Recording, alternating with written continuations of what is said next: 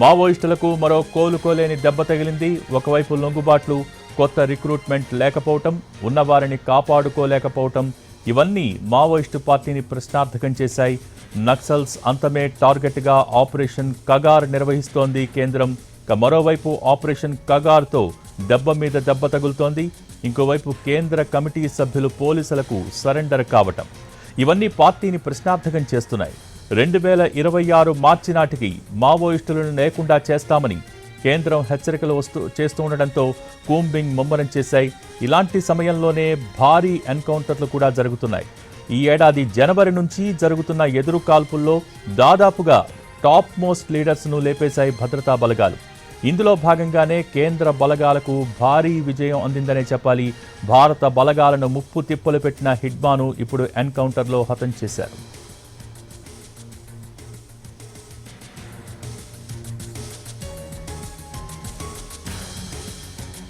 అల్లూరి సీతారామరాజు జిల్లా రంపచోడవరంలో భారీ ఎన్కౌంటర్ జరిగింది.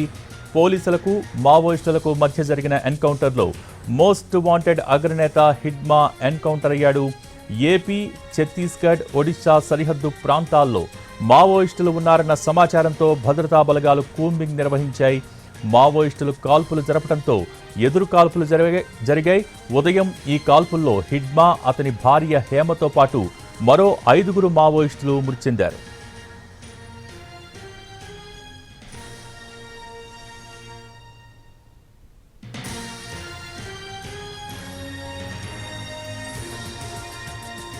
కేంద్ర కమిటీ సభ్యుడిగా ఉన్న హిడ్మా టార్గెట్గా కూంబింగ్ జరిపాయి భద్రతా బలగాలు.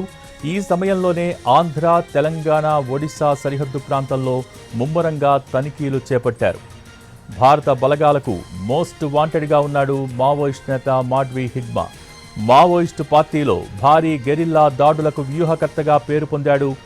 25 ఏళ్ల క్రితం అజ్ఞాతంలోకి వెళ్లాడు హిడ్మా.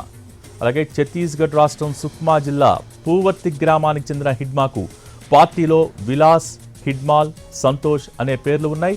ప్రస్తుతం అతడి వయసు 51. మురియా తెగకు చెందిన హిడ్మాకు హిందీ, గోండి, తెలుగు, కోయా, బెంగాలీ భాషల్లో పూర్తిగా పట్టుంది. రైట్, ఈ ఎన్కౌంటర్కి సంబంధించి మనతో మాట్లాడటానికి రిటైర్డ్ ఐపీఎస్ అధికారి నాయక్ టెలిఫోన్ లైన్లో సిద్ధంగా ఉన్నారు. నమస్కారం నాయక్ గారు. నాయక్ గారు, ఎంతో కాలంగా ముప్పు తిప్పలు పెడుతున్నటువంటి హిడ్మా ఈరోజు ఎన్కౌంటర్లో హతమయ్యారు. సో ఏంటి ఓవరాల్గా ఎపిసోడ్ మీద ముందుగా మీ అభిప్రాయం ఏంటి? హిడ్మా ఈ రోజు కాకపోతే రేపైనా హతమయ్యేవాడేమో. అక్కడ క్యాడర్ అంతా విడిపోయింది. They are not able to contact each other. Central command లేదు ఇప్పుడు. వాళ్లకు షెల్టర్ ఇచ్చే వాళ్ళు కూడా లేరు. సో నేచురలీ అండ్ ఇన్ఫార్మెంట్స్ కూడాను ఇప్పుడు కాస్త ధైర్యం కూడా వచ్చింది to tell to the police or whatever CRPF అక్కడ ఉన్న వాళ్ళకి. ఆ విధంగా ఈ ఇన్ఫర్మేషన్ ఇంకా రాను ఎక్కువ అవుతుంది. అండ్ ఈ ఆర్గనైజేషన్ ఇప్పుడు హెడ్లెస్ అయిపోయింది. ఇట్స్ ఏదైనా ఇంకా 3-4 మిగిలిన వాళ్ళు ఇట్స్ ఆల్ ఆన్ పేపర్. వాళ్ళు ఒకరిలో ఒకరు కాంటాక్ట్ చేసే పరిస్థితి కూడా లేరు. So this is almost ending వస్తుంది ఈ ఆర్గనైజేషన్. ఓకే, అంటే నాయక్ గారు టెక్నికల్గా చెప్పాలంటే ఈరోజు హిడ్మా ఎన్కౌంటర్లో హతం కావటం అనేది మావోయిస్టులు ఇక పూర్తిగా బలహీనపడ్డట్టుగా మనం భావించవచ్చా? Yes yes. Hidma is just one individual. Okay, he was very good at tactical things. కానీ as a organisation it has collapsed. Organisation grows only వాళ్ళ లీడర్స్ కానీ క్యాడర్తో మాట్లాడతాము, ట్రైనింగ్లు, ఈ మనీ సప్లై, వెపన్ సప్లై ఇవన్నీ ఇప్పుడు కష్టమైపోయింది వాళ్ళకి. And information is also flowing now. మీకు తెలుసు, ఇంతకుముందు శత్రువు స్ట్రాంగ్ గా ఉన్నాడంటే ఇన్ఫర్మేషన్ చెప్పేవాళ్ళు కూడా చెప్పరు. బట్ అక్కడ స్ట్రెంగ్త్ పోయింది అంటే ఇన్ఫర్మేషన్ కూడా ఎక్కువ అవుతుంది రాను. So the more the information, the police and other forces will definitely see their end. It's almost a ending stage. Not because of Hidma is killed. Generally, ఇప్పుడు ఆర్గనైజేషన్ కి ఎదురు దెబ్బే. ఇట్స్ బెటర్ మిగతా వాళ్ళు త్వరగా సరెండర్ అయ్యి ఈ చనిపోకుండా చూసుకోవడం మంచిది. అంటే నాయక్ గారు ఇక్కడ గత కొంతకాలంగా మనం చూస్తున్నాం ఎన్కౌంటర్లలో సీనియర్ సభ్యులు చనిపోతూ ఉన్నారు. మరోవైపు కేంద్ర కమిటీ సభ్యులు లాంటి వాళ్ళు కూడా పోలీసులకు మరోవైపు సరెండర్ అవుతున్నారు. ఇంకోవైపు నుంచి కొద్ది రోజుల క్రితం చూసాం మావోయిస్టుల నుంచి చర్చలకు మేము సిద్ధంగా ఉన్నామని చెప్పడం. కానీ ఈ అన్ని పరిణామాల తర్వాత ఇక్కడ ప్రభుత్వం అనుసరిస్తున్న విధానానికి సంబంధించి మీ అభిప్రాయం ఏంటి? ఇప్పుడు ఈ మావోయిస్టు గురించి అసలు ఎందుకు వచ్చారు ఏమన్నది అది వాళ్ళకి క్లారిటీ లేదు. వెన్ మీ ఐడియా కానీ ఐడియల్ కానీ మీ టార్గెట్ కానీ క్లారిటీ లేనప్పుడు you cannot explain things to people and get their confidence. ఇది మొదటి నుంచి వీక్నెస్. వాళ్ళని మీరు అడగండి. నేను ఆ ఆర్గనైజేషన్ చాలా రోజులుగా అబ్జర్వ్ చేస్తున్నాను. మీరు ఏంటి అంటే మేము ఏదో సొసైటీని మారుస్తా ఉంటారు. ఏం మారుస్తారు, ఏ సొసైటీని మారుస్తారు అంటే రిప్లై ఉండదు. సో మొదటి నుంచి they suffer from that weakness. So వాళ్ళ ప్రిన్సిపల్ ఐడియలిజం అదంతాను it's all very weak. So అది కొన్ని రోజులు జస్ట్ తుపాకులతో భయపెట్టి సస్టైన్ అయింది. ఇది నేను అప్పుడే చెప్పేవాడిని, అరే మీరంతా ఇప్పుడు 30-40 సంవత్సరాలు ఉన్నారు, ఇంకొక 20 సంవత్సరాలు మీరందరూ 60-70 ఏళ్ళు వస్తాయి. అప్పుడు మీరు మళ్ళీ ఇది joint pains, neck pain, knee pain అని మీరే సరెండర్ అయిపోతారు. You better do it now it self అని నేను 20-30 ఏళ్ల క్రితమే చెప్పాను వాళ్ళకి. So that's what is happening now. But physically they cannot move. Second, ఇప్పుడు మనీ ఫ్లో కూడా తగ్గిపోయింది. అండ్ గవర్నమెంట్ యాక్షన్ కూడా ఫర్మ్ గా ఉంది. ఇంతకుముందు గవర్నమెంట్ వీళ్ళని ఏదో పెద్ద ఫ్రీడమ్ ఫైటర్స్ లాగా అని, కొందరు ఈ అర్బన్ నక్సలైట్స్ అంటారే వాళ్ళకి ఏదో మర్యాద ఇస్తూ ఏదో సస్టైన్ అయ్యారు. కానీ in reality I think the central government is right in doing so, and వీళ్ళు ఉండరు కూడా.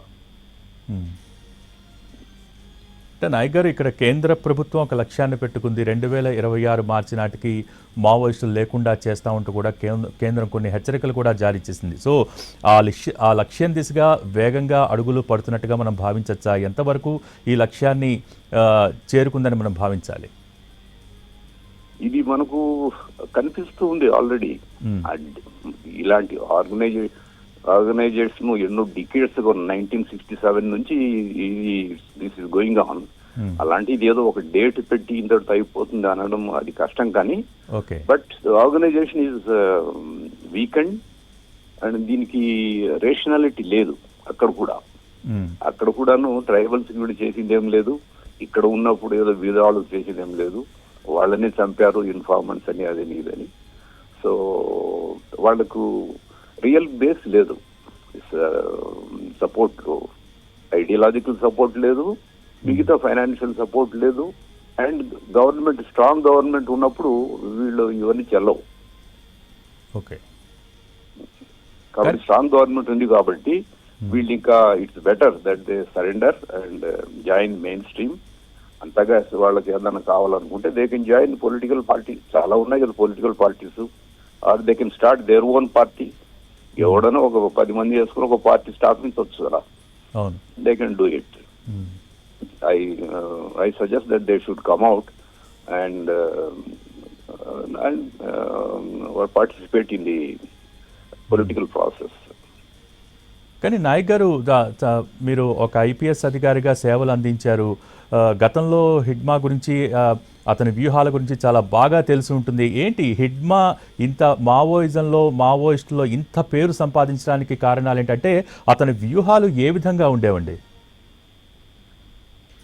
వ్యూహాలు ఇప్పుడు ఈ హిడ్మా అనేవాడు లేటెస్ట్. దాని ముందు నమ్మళ్ళ కేశవరావు, ఆయన పెద్ద, I think he was engineer అనుకుంటా, నమ్మళ్ళ కేశవరావు. అతను అప్పుడు ఆయన చాలా పెద్ద లీడర్ అని అనేవాళ్ళు. ఆయన వాళ్ళ బ్రదరే ఒక ఇన్స్పెక్టర్ ఉన్నాడు, నమ్మళ్ళ కేశవరావు బ్రదర్ ఇన్స్పెక్టర్ ఉండేవాడు. బట్ ఎనీవే అదట్ అపార్ట్, అప్పుడు నమ్మళ్ళ కేశవరావు అన్నారు, ఇప్పుడు హిడ్మా అన్నారు. అంటే కొందరికి అదొక ఇంట్రెస్ట్, ఫైరింగ్, ఏదో కొంత స్టడీస్ కానివ్వండి, ఇంకోటి కానివ్వండి. It is more commitment, committed to that organisation. వీటి వల్ల he will and he has nothing to lose. He is from a very poor background. He has nothing to lose and బాగా indoctrinate అయి ఉన్నాడు, ఏజ్ ఉన్నది. So all these things and local tribe కాబట్టి probably అక్కడ ఏమన్నా వాళ్ళతో సంబంధాలు ఎక్కువ ఉండొచ్చు. అండ్ అన్నిటికంటే మించి మీ వాళ్ళే ప్రెస్ ఒక పెద్ద హీరోని చేశారు. ఈ విధంగా వాడు పాపులారిటీ పెరిగింది. అదర్వైజ్ హీఈస్ ఈ రోజు కాకపోతే రేపైనా he will be in the police net. కానీ నాయక్ గారు ఇటువంటి సందర్భంలోనే అనేక మంది అనేక రకాల అభిప్రాయాలను వ్యక్తపరుస్తూ ఉన్నారు. ఇక్కడ మావోయిస్టులో అగ్రనాయకుల్ని కొంతమంది ఎన్కౌంటర్లో హతమవుతున్నారు, కొంతమంది లొంగిపోతూ ఉన్నారు. సరే, కొంతమంది అనారోగ్య కారణాలతో బయటకు వచ్చేస్తూ ఉన్నారు. ఇటువంటి సందర్భంలోనే ఉన్న అభిప్రాయం ఏంటంటే ఈ రోజున 2026 మార్చి నాటికి మావోయిస్టులను లేకుండా చేయొచ్చు, కానీ సమాజంలో భావజాలం అనేది కొనసాగుతూనే ఉంటుంది, భావజాలానికి ఎప్పుడు అంతం అనేది ఉండదంటూ కొంతమంది అభిప్రాయాలు వ్యక్తం చేస్తున్నారు. దీనికి సంబంధించి ఒక సీనియర్ ఐపీఎస్ ఆఫీసర్గా, అంటే గతంలో మీరు ఆఫీసర్గా సేవలు అందించారు కాబట్టి ఏంటి మీ అభిప్రాయం ఏంటి? ఇప్పుడు భావజాలం అంటే వాళ్ళు ఏదో మా పని అయిపోయిందని చెప్పుకోలేక ఇలాంటివి చెప్పుకుంటున్నారని నా అభిప్రాయం ఉంది. ఓకే, ఈ లెఫ్టిస్ట్ భావజాలం ఎప్పుడు ఉంటుంది. ఇప్పుడు సిపిఐ సిపిఎంలు ఎక్కడ వాళ్ళు లేరు అన్నా కూడా ఎప్పుడో బయట పోయినప్పుడు ఒక 10 మంది వస్తుంటారు, ఏదో ధర్నాలు చేస్తున్నారు. వాళ్ళు దాన్ని మా భావజాలం కంటిన్యూ చేస్తున్నాం అంటారు. కానీ పనికి వచ్చే భావజాలం ఉండాలి కదా. భావజాలాలు చాలా ఉంటాయి, ఒకరికి ఒక భావజాలం ఉంటుంది, ఇంకో గ్రూప్ ఉంటుంది. కానీ రికగ్నైజ్ అయ్యి ఏదో యాక్షనబుల్ భావజాలాలు ఉంటేనే దానికి వాల్యూ. ఒక భావజాలం అంటే ఏదో పుస్తకం రాసి నా ఐడియల్ నేను స్ప్రెడ్ చేసుకుంటానంటే అలాగే చేసుకోవచ్చు, దానికి నో ప్రాబ్లం. ఈ భావజాలం అనేది వయలెన్స్ అనేది జనరలీ సొసైటీ డజంట్ లైక్ అండి. సో ఈ వయలెన్స్ తో ప్రీచ్ చేస్తామనే భావజాలం ఉంటుందంటే I don't believe that society will accept that. Okay, కానీ నాయక్ గారు ఇప్పటికీ కూడా అంటే దోపిడీకి వ్యతిరేకంగా నిలబడే గొంతులను అణిచివేస్తున్నారనే అభిప్రాయం వ్యక్తమవుతున్న తరుణంలో ఇప్పటికీ మారుమూల ప్రాంతాల్లో జరుగుతున్న అభివృద్ధిని కానివ్వండి, లేకపోతే అక్కడ ప్రజల జీవన శైలిలో వస్తున్న మార్పుల్ని కానివ్వండి, ఇవన్నీ ఎవరైతే ఈ మావోయిస్టుల్లో ఉన్నారో వాళ్ళు గుర్తించలేకపోతున్నారో, వాళ్ళ థాట్ ప్రాసెస్ ఏ విధంగా ఉందనుకోవచ్చు ఇప్పటికీ?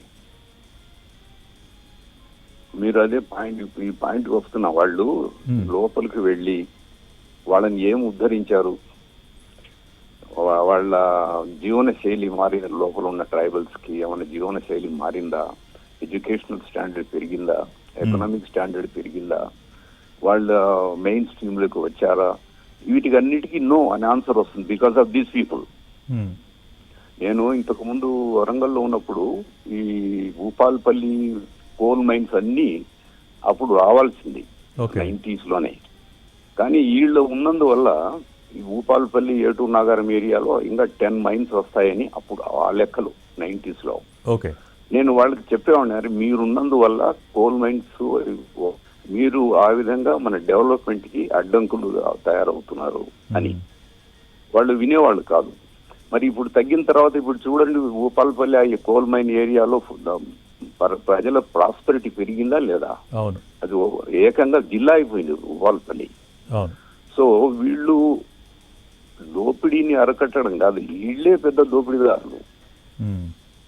వేరే వాళ్ళకి ఏదో అప్పుడు 1970s లో ఈ లెఫ్ట్ భావజాలం అన్నది ఎలాగో it has spread like that. So దాన్ని ఎక్స్ట్రీమ్ కి తీసుకెళ్లారు వీళ్ళు. There are many other leftist organise, CPI CPM కాకుండా సిపిఎంఎల్ అంట, తరుమల నాగిరెడ్డి గ్రూప్ అంట, ఇంకో గ్రూప్ అంట, అన్ని గ్రూప్సే. కొండపల్లి సీతారామ వచ్చి దీనికి పెద్ద వైలెంట్ గ్రూప్ చేశాడు 1984 నుంచి. సో ఇవన్నీ just by force, by violence, by weapons continue అయిన ఇన్ని రోజులు. అండ్ వీక్ గవర్నమెంట్స్ గవర్నమెంట్స్కి చెప్తే వినరు, వాళ్ళు ఏదోలే వాళ్ళు సేఫ్గా ఉన్నంత వరకు పర్వాలేదు అని నెగ్లెక్ట్ చేశారు. ఓకే. ఇదే స్టాండ్స్ ఇంతకు ముందు నుంచి తీసుకొని ఉండింటే ఇన్ని రోజులు ఇన్ని హత్యలు జరిగేది కాదు. సో స్ట్రాంగ్ గవర్నమెంట్ ఉంది కాబట్టి వీళ్ళు ఇప్పుడు చేసే ఈ సిద్ధాంతాలు, ఇప్పుడు ఎక్కడైతే దోపిడీ ఉంటే ఎదుర్కోవటానికి ఈ తుపాకీ కాదు కదా, అవును, ఈ సిపిఐలు సిపిఎంలు కూడాను ఎదుర్కొంటున్నారు కదా, ధర్నాలు గవర్నమెంట్ కి చేస్తున్నారు.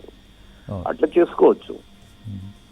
మీరు పొలిటికల్ పార్టీ ఒకటి స్టార్ట్ చేయండి, మేమే సపోర్ట్ చేస్తాం మీకు అంటే వాళ్ళ పొలిటికల్ పార్టీలో అంతాను కరప్షను డబ్బులు అన్నారు. ఓకే. మరి మీరు వెళ్ళి డబ్బులు కరప్షన్ లేకుండా న్యాయంగా ఫైట్ చేయండి అని కూడా చెప్తాను. అంతే కదా. నో, అది చేత కాదు వాళ్ళకి. ఇది బెటర్, భయపెట్టేది ఒకటి చంపేది, ఇంతే కదా. అవును. సో మామూలు టర్మ్స్ మనిషి man on the road on the street మాట్లాడాలంటే if you are trying to kill, other also will try to kill you. You should be ready for that. నువ్వు ఏదైనా పెద్ద గొప్ప ఎయిమ్తో ఏమన్నా చేస్తున్నావా, ఏదో ఇండియాకు ఫ్రీడమ్ చేద్దామనో లేకుంటే ఇంకోటి చేద్దామనో అలాంటి ఏదన్నా లాఫ్టీ ఐడియల్స్ తో ఫైట్ చేస్తే జనములు సర్వైవ్ అవుతారు. అంతేగాని ఆ వెపన్స్ కూడా ఎక్కడో దొంగతనంగా కొనుక్కుని లేకపోతే పోలీసు రైడ్ చేసి పోలీసుని చంపి జనాలు చాలా మంది ఈ ట్రైబ్స్ లో పాపం చనిపోయారు. ఎందుకంటే వాళ్ళు ఎక్కడో చూస్తారు, సస్పిషన్ దట్ ఈజ్ పోలీస్ ఇన్ఫార్మేట్ వాడిని చంపేస్తారు. రైట్. థ్యాంక్ యూ నాయక్ గారు, అందుబాటులోకి వచ్చి మీ అభిప్రాయాలు మాతో పంచుకున్నందుకు. మావోయిస్టులకు మరో కోలుకోలేని దెబ్బ తగిలింది. వరుస లొంగుబాట్లు, కొత్త రిక్రూట్మెంట్ లేకపోవటం, ఉన్నవారిని కాపాడుకోలేకపోవటం, ఇవన్నీ మావోయిస్టు పార్టీని ప్రశ్నార్థకం చేశాయి. నక్సల్స్ అంతమే టార్గెట్గా ఆపరేషన్ కగార్ నిర్వహిస్తోంది కేంద్రం. మరోవైపు ఆపరేషన్ కగార్తో దెబ్బ మీద దెబ్బ తగులుతోంది. ఇంకోవైపు కేంద్ర కమిటీ సభ్యులు పోలీసులకు సరెండర్ కావటం, ఇవన్నీ పార్టీని ప్రశ్నార్థకం చేస్తున్నాయి. 2026 మార్చి నాటికి మావోయిస్టులు లేకుండా చేస్తామని కేంద్రం హెచ్చరికలు చేస్తూ ఉండడంతో కూంబింగ్ ముమ్మరం చేశాయి బలగాలు. ఇలాంటి సమయంలోనే భారీగా ఎన్కౌంటర్లు కూడా జరుగుతున్నాయి.